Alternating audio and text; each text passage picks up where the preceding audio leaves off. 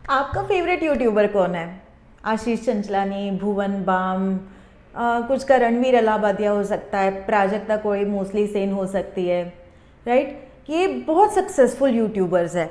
Basically एक unconventional career path को choose करके भी इन लोगों ने जो सक्सेस हासिल किया है ना, ये लोग बेसिकली करोड़पति बन चुके हैं और टॉप पे जाके बैठे हुए कहीं पे, जो कि ट्रेडिशनल टर्म्स में बहुत डिफिकल्ट था, but still they have manage to do it और you know they become like any other Bollywood star या फिर more than a Bollywood star, और जो या फिर एक बिजनेसमैन की जो पर्सनालिटी होती है, सक्सेसफुल बिजनेसमैन की, उनसे भी ज़्यादा इनको fame, name, personal brand, then पैसा, सब कुछ मिला है। तो ये वीडियो बनाने का पॉइंट क्या है? अब मैं आपको सीरियसली बताती हूँ। यूट्यूब का मेरे दिमाग में काफ़ी दिन से चल रहा था, 4-5 महीने से मैं कोशिश तो कर ही रही थी, आपको पता ही है। लेकिन स्टार्ट करने में स्टार्ट मैंने जस्ट 1 महीने पहले किया। लास्ट वीडियो में आपने देखा ही होगा, है ना? तो मैं बहुत सारे क्रिएटर्स को फॉलो करती हूँ और उनकी जर्नीज भी मैंने देखी हुई है। सो अगर लेकिन ना दिसंबर जनवरी के महीने में ना कुछ धमाकेदार हुआ यूट्यूब पर। अरे हर एक यूट्यूबर ये पोस्ट करने लगा, how much did I make in 2021। फिर मैंने देखा यार 1 साल पहले की बात करते, वहाँ पे भी था how much did I make in 2020 या फिर 2019, बट 2021 में ये चीज़ इतनी ज़्यादा बढ़ चुकी है, इतनी ज़्यादा बढ़ चुकी है कि क्या बोले, like people are getting crazy amount of money because of social media platforms, because of YouTube, maybe because of Instagram, maybe because of some other platform with Facebook, right? तो पहले तो समझना तो पड़ेगा यार कि ये है क्या चीज़। और लोग इतने crazy amount, like Ali Abdaal ji ने वीडियो डाला था कि उन्होंने कुछ तो मिलियंस में पैसे कमाए। फिर अंकुर वारिको का वीडियो देखा, उन्होंने 12 करोड़ रुपए कमाए यूट्यूब मोनेटाइजेशन ऑन ना करके भी। क्रेजी है यार, 20-20 साल के बच्चे ये चीज़ डाल रहे हैं कि how did I make 1 crore while I was 21, you know, somebody made 90 lakhs or 1 crore in just 1 year of YouTube. I mean, this needs to be decoded and you know हमें समझना ही पड़ेगा कि ये क्रिएटर इकोनॉमी, ये YouTube sensation, YouTube stardom, ये है क्या चीज़। इसीलिए ये वीडियो मैं बना रही हूँ और इस वीडियो में ना शायद आपको कॉन्फ्लिक्टिंग पर्सपेक्टिव्स भी मिल सकते हैं, तो मैं पहले ही आपको वार्न कर रही हूँ, ठीक है? हमें यहाँ पर एनालाइज करना है, हमें यहाँ पर किसी की अच्छाई बुराई नहीं करनी है, किसी को भगवान नहीं मानना, किसी को भी नीचा नहीं दिखाना। हमें क्या करना है, हमें सिर्फ ये चीज़ ऑब्जेक्टिवली एनालाइज करनी है, दैट्स इट। चलिए फिर शुरू करते हैं। अब ये क्रिएटर इकोनॉमी क्या है? स्टार्टअप बिजनेसेस आपको पता ही होगा, शार्क टैंक की वजह से startups are very much popular. अब स्टार्टअप के जैसा ही एक स्टार्टअप मान लो जो कि एक प्रोडक्ट नहीं बेच रहा। Let's say a startup is selling phone case, ठीक है? They are making very good looking या फिर eco friendly phone cases, but there is a startup who is not making a physical product, a software, और let's say any they are not providing any service, but they are creating content। वो लोग क्या कर रहे हैं कि दुनिया में जितना भी ज्ञान है उसको एक्यूमुलेट कर रहे हैं, आपके सामने रख रहे हैं, ठीक है? या फिर मूवीज जैसे होती है वैसे मूवीज बना रहे हैं, कोई वीडियोस बना रहा है, कोई स्केच वीडियोस बना रहा है, कोई रिएक्शनरी वीडियोस बना रहा है, आपको एंटरटेन कर रहा है। This is like 1 person startup you can call it. And when this one person जो इसका फाउंडर होता है, जिसका ये यूट्यूब चैनल होता है, जिसका इंस्टाग्राम पेज होता है, right, he is or she is driving the entire business of it। तो ये हाईली फाउंडर सेंट्रिक या फिर पर्सनल ब्रांडिंग सेंट्रिक बिजनेस है। ये हमें पहले तो समझना पड़ेगा, बिकॉज दिस लाइक एक कोई टीम नहीं कर रही, एक कोई जैसे कि स्टार्टअप में एक मार्केटिंग को फाउंडर है, एक टेक्निकल को फाउंडर है, एक है सिर्फ ऑपरेशंस देख रहा है, एक है सिर्फ सेल्स देख रहा है, वो चीज ना होके there is one person who is getting entire stardom, और उसके बाद इन लोगों ने छोटे छोटे रोल्स के लिए अपने को सपोर्ट करने के लिए they have created a team. So that is how this creator business is working, and which is fascinating. Why? Because एक बंदे की पॉपुलैरिटी की वजह से, एक बंदे की फैन फॉलोइंग की वजह से they are even making such crazy amount of money, जो कि 3-4 साल में भी किसी स्टार्टअप में लोग नहीं कर पाते. तो ये बात क्लियर हो गई कि क्रिएटर इकोनॉमी क्या है. बेसिकली ऐसे क्रिएटर्स इकोनॉमी को ड्राइव कर रहे हैं. सबसे इंपॉर्टेंट इज वन पर्सन, उसकी ब्रांडिंग, फिर उसका जो क्राफ्ट है, जो भी एफर्ट वो डाल रहा है, उसकी creativity, that matters a lot. But about that platform भी बहुत इंपॉर्टेंट है. आप शायद यूट्यूब कर रहे हो तो आपको ज़्यादा चांसेस होंगे कि आपको कुछ मिलेगा. जो ब्लॉग क्रिएटर्स है उनको थोड़ा से डिफरेंट चांसेस होंगे. जो इंस्टाग्राम क्रिएटर्स है उनका अलग चलता है, टिकटॉक का दुनिया भर में अलग चलता है ना. So platform plays a very important role here creator economy में. अब नेक्स्ट, अब ये समझते हैं कि एक क्रिएटर पैसा कहाँ से कमाता है, बिजनेस कैसे करता है, क्योंकि ultimately they are business people, right. So एक स्टार्टअप होता है जो प्रोडक्ट या सर्विस बेच के पैसा कमा रहा है. एक कंपनी है, लाइक सर्विस कंपनी है, प्रोडक्ट कंपनी है, या फिर आप एमएनसी में जाते हो, they have specific products. But यहाँ पे कंटेंट सेल होता है नहीं होता है, that is debatable. But your subscribers, your viewers are not really your customers, क्योंकि आपका जो प्लेटफॉर्म है, आपका लाइक यूट्यूब है, यूट्यूब के प्लेटफॉर्म पे ये ऑनबोर्डेड यूजर्स है, and on and about that आप उसमें कुछ तो कंटेंट डाल रहे हो, इसकी वजह से आपको कुछ व्यूअरशिप आ रही है, एंड दैट इज इट. लेकिन आपके डायरेक्ट कस्टमर्स कौन हुए? फिर डायरेक्ट कस्टमर ये हुए कि जो ब्रांड कोलैबोरेशंस आते हैं, या फिर YouTube is your platform and plus your customer because that is paying you money, क्योंकि ad revenue YouTube पे डायरेक्टली आता है. So basically जो लोग आपके उसमें ad लगा रहे हैं, या फिर जो लोग आपको ब्रांड डील्स दे रहे हैं, तो वो लोग आपके कस्टमर्स हैं. अब इन लोगों को पैसे कमाने के लिए 3-4 एवेन्यूज है. एक है एफिलिएट मार्केटिंग का, जिसमें अल्टीमेटली आपको कोई प्रोडक्ट ही सेल करना है, आपको अलग अलग प्लेटफॉर्म्स के साथ एफिलिएट मार्केटिंग के लिए कोलैबोरेट करना है, and then you can just put the product link और आपको प्रोडक्ट मिलेगा. सेकेंड थिंग इज जो कमीशन मिलेगा, sorry. Second thing is obviously the ad revenue which platform is providing you. तीसरा जो सबसे बड़ा और सबसे ग्लैमरस जो है वो है brand sponsorships, because companies want to sell products, right? Companies want to sell their bring people on their app. इसीलिए वो लोग ऐसे लोगों के साथ कोलैबोरेट करना चाहते हैं जो कि बेहद ज़्यादा पॉपुलर लोग हैं. अल्टीमेटली आप प्रोडक्ट ही बेच रहे हो, लेकिन उसको वाया बेच रहे हो. इतना बात समझ लो, ठीक है. अब नेक्स्ट चीज़ में चलते हैं. ये लोग पॉपुलर बने कैसे, ये लोग इतने हाईली सक्सेसफुल कैसे हुए? बेसिकली 3-4 चीज़ें. इस चीज़ को ना समझने के लिए मैंने एक बुक पढ़ी. उस बुक का नाम है बूमिंग डिजिटल स्टार्स. बुक में ना 11 क्रिएटर्स की बात की गई है, and they are highly successful creators. Highly successful as in Bhuvan Bam, Ashish Chanchlani, Ranveer Allahbadia, mostly sane, Kavita Singh का cooking channel, then there is team Naach, अभी एंड न्यू, टेक्नो गेमर्स, ऐसे ऐसे क्रिएटर्स की बात की गई है.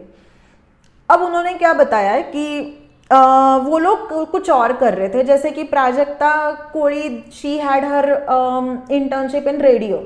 आशीष चंचलानी को एक्टिंग में बहुत इंटरेस्ट था, बट समहाउ उसको राइट डायरेक्शन नहीं मिल रहा था.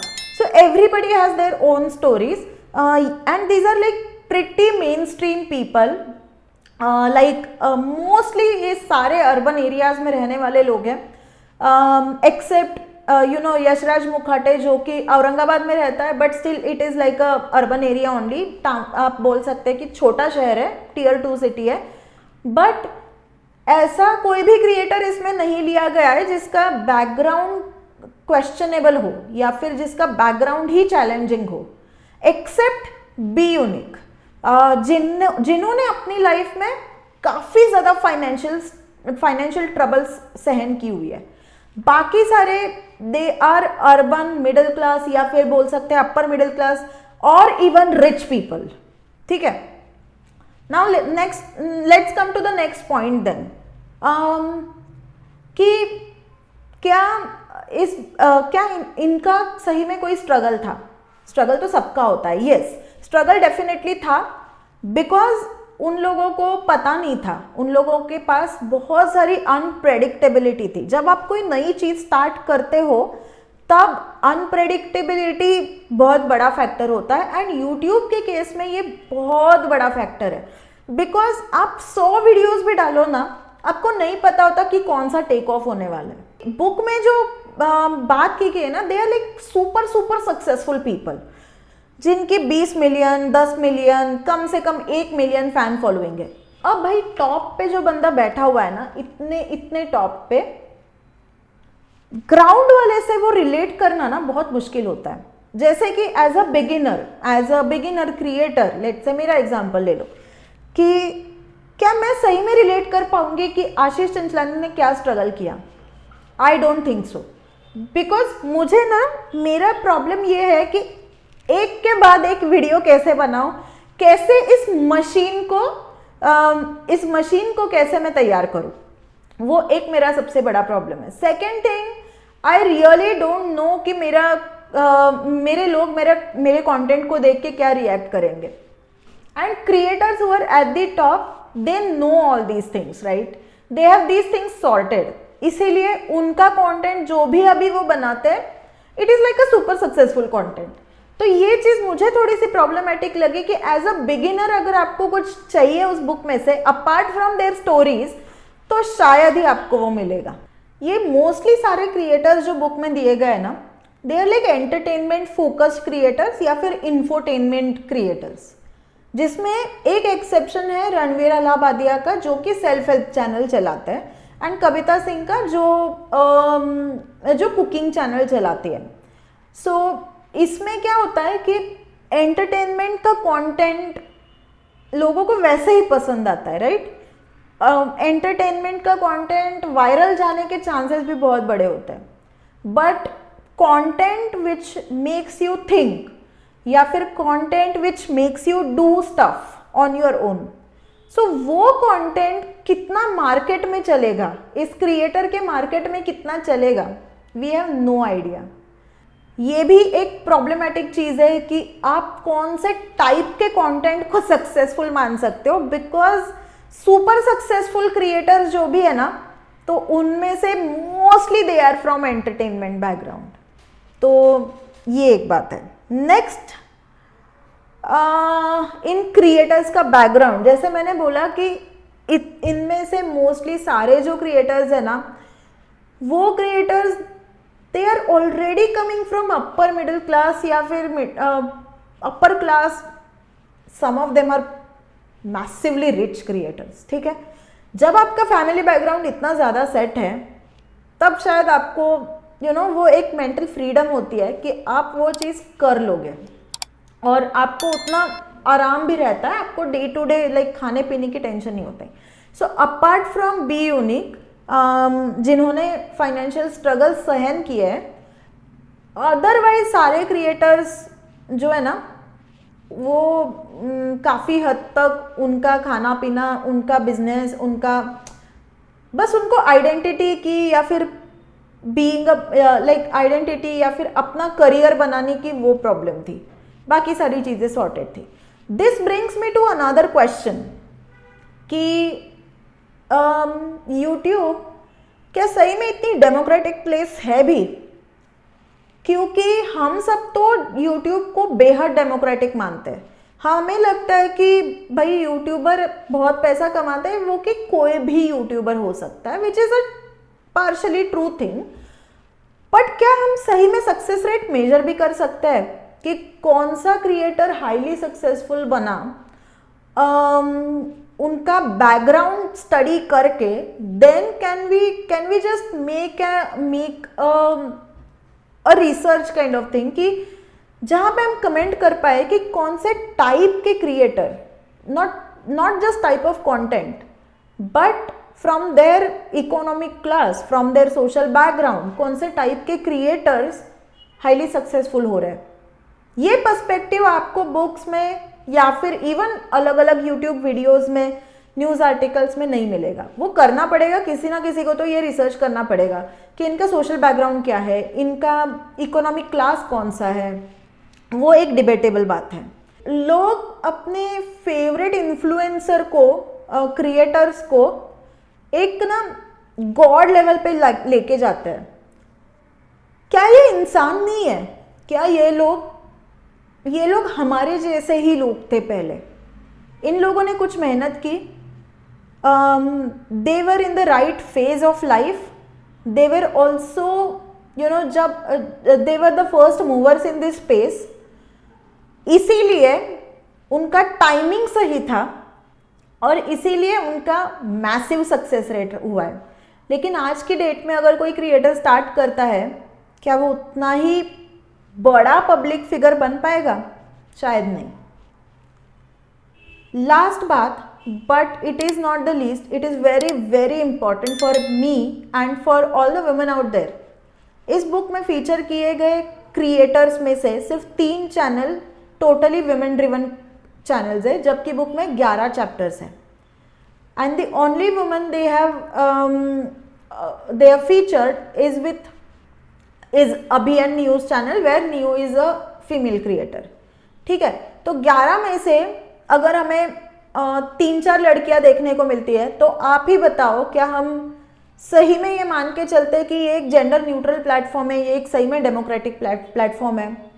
I am not sure, because मैं भी अपनी फीड अगर चेक करूँ ना यूट्यूब की, तो मुझे एक के बाद एक रिकमेंडेशन जो आते हैं ना, वो सारे मेल क्रिएटर्स के ही आते हैं। There is hardly any female voice. दूसरी बात, शार्क टैंक देख के अब सबको एंटरप्रेन्योर बनना है ना? शार्क टैंक का अगर सीजन 2, 3, 4 आया, सबको एंटरप्रेन्योर बनना होगा, एक बूम आएगा। वैसे ही अभी क्रिएटर्स का भी बूम चल रहा है, सबको क्रिएटर बनना है, सबको यूट्यूबर बनना है। एक बात बताओ मुझे, कितने यूट्यूबर सक्सेसफुल यूट्यूबर्स हैं? और ये बुक्स में या फिर न्यूज़ आर्टिकल्स में या फिर कहीं पे भी ये फीचर होते हैं। They are featured like a massively successful people and they are featured like they have got every damn thing because of being an entrepreneur और because of being a creator. जबकि सच्चाई बहुत अलग है। पता है, इतने सारे क्रिएटर्स या एंटरप्रेन्योर्स ऐसे हैं जिन्होंने क्विट भी किया है। क्या हमें इस चीज़ को सही में समझना है? अगर हमें सही में यूट्यूबर बनना है, अगर हमें सही में कोई एंटरप्रेन्योर बनना है, तो क्या हमें ये समझने की ज़रूरत नहीं है कि कितने लोगों ने यूट्यूब छोड़ दिया, कितने लोगों ने एंटरप्रेन्योरशिप छोड़ दी? थोड़ा सा सोचिए। वैसे बुक पढ़ के या फिर जितना भी मैं क्रिएटर इकोनॉमी पे पढ़ूँ, सारी ना मस्त मस्त मोटिवेशनल बातें लिखी है हर जगह, बट सच्चाई कोई नहीं बता रहा है। कोई आपको ये नहीं बता रहा है कि एक एक वीडियो प्रोड्यूस करना इज़ अ मैसिव स्ट्रगल यार। मेरे को भी हो रहा है वो स्ट्रगल, मैं भी जा रही हूँ उसमें से। एक वीडियो बनाना आपका टाइम लेकर जाता है and it is not an easy job. एक स्टार्टअप बनाना, एक प्रोडक्ट बनाना भयंकर मुश्किल चीज़ है यार, इतनी आसान चीज़ नहीं है। इसको प्लीज़ ग्लोरीफाई मत करो, इसको प्लीज़ ग्लोरीफाई मत करो, क्योंकि उसमें कितने फेलियर्स हमने फेस किए हैं ना, वो सिर्फ हमें पता है यार। ऐसे भी यूट्यूब वीडियोस होते हैं जहाँ पे एक भी लाइक नहीं आता, एक भी कमेंट नहीं आता, हार्डली कोई व्यू करता है। और फिर वो क्रिएटर सब कुछ छोड़ छाड़ के अपने जॉब के लिए 9 to 5 जॉब जो ज़्यादा कंफर्टेबल था वहाँ पे चला जाता है। सोचना इस बारे में। और अगर आप वीडियो का थंबनेल टाइटल देख के आए हो तो I am very sorry to disappoint you, but ये कुछ बातें थी क्रिएटर इकोनॉमी को समझने के लिए जो बहुत ज़रूरी थी। और आपको भी ये समझना पड़ेगा कि ये पैसे आपके अटेंशन से कमाए जा रहे हैं, आपके ट्रस्ट से कमाए जा रहे हैं। और मैं क्या ही बोलूं, देख लो यार। चलिए, see you in the next one, bye bye.